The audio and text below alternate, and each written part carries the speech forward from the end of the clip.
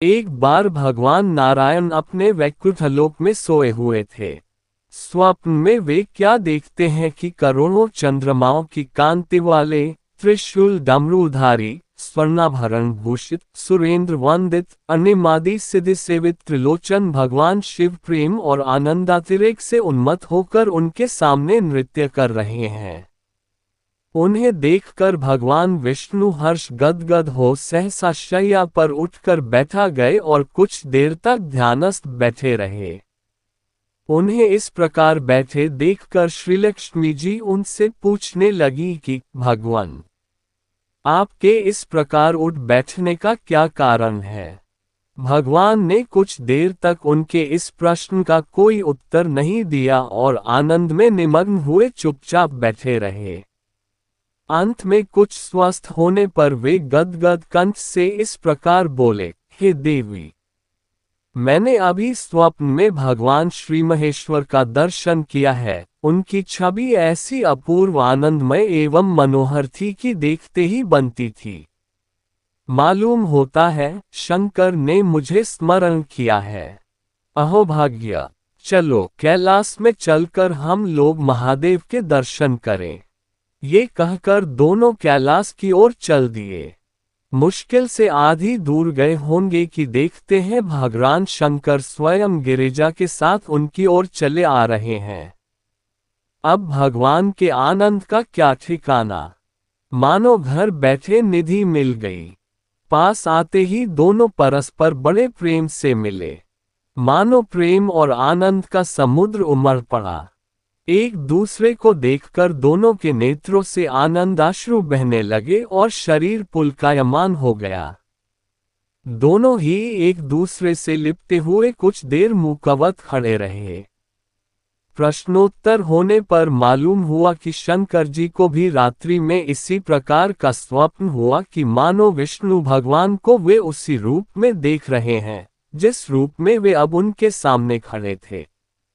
दोनों के स्वप्न का वृतांत अवगत होने पर दोनों ही लगे एक दूसरे से अपने यहाँ लिवा जाने का आग्रह करने।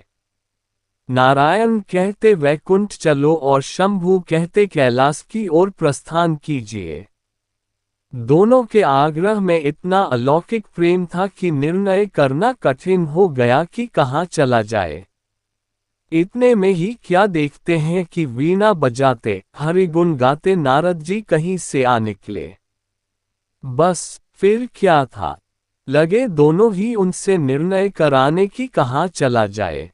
बेचारे नारद जी तो स्वयं परेशान थे उस अलौकिक मिलन को देखकर। वे तो स्वयं अपनी सुध बुध भूल गए और लगे मस्त होकर दोनों का गुणगान करने। अब निर्णय कौन करे। अंत में ये तय हुआ कि भगवती उमा जो कह दे वही ठीक है।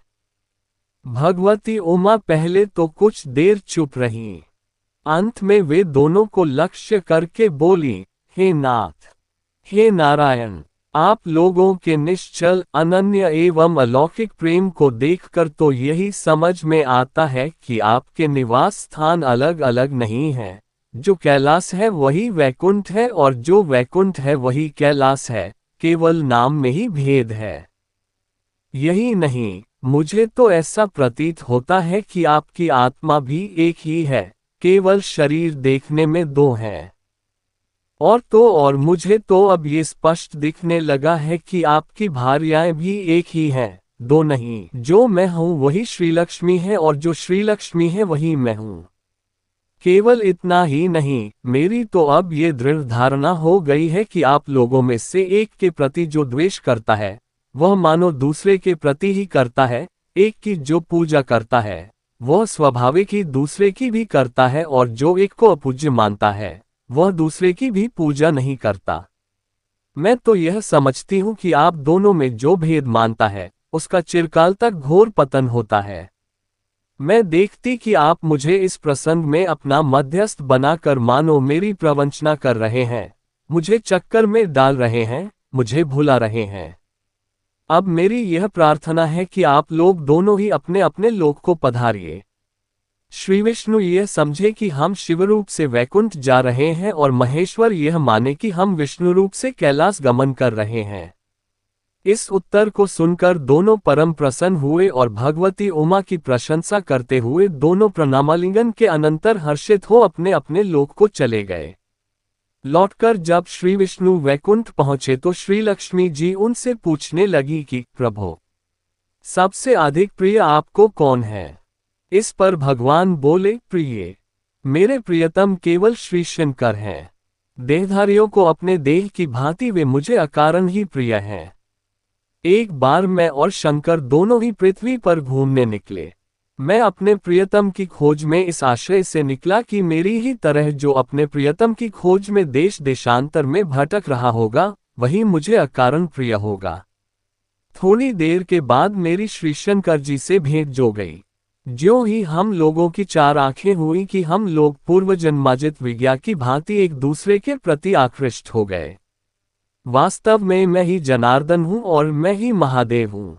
अलग अलग दो घड़ों में रखे हुए जल की भांति मुझमें और उनमें कोई अंतर नहीं है। शंकर जी के अतिरिक्त शिव की अर्चा करने वाला शिव भक्त भी मुझे अत्यंत प्रिय है। इसके विपरीत जो शिव की पूजा नहीं करते, वे मुझे कदापि प्रिय नहीं हो सकते। और इस कहानी द्वारा हम जान पाए कि भगवान शिव और भगवान विष्णु दोनों एक ही है। हरि ही हर है और हर ही हरि है। राधे राधे।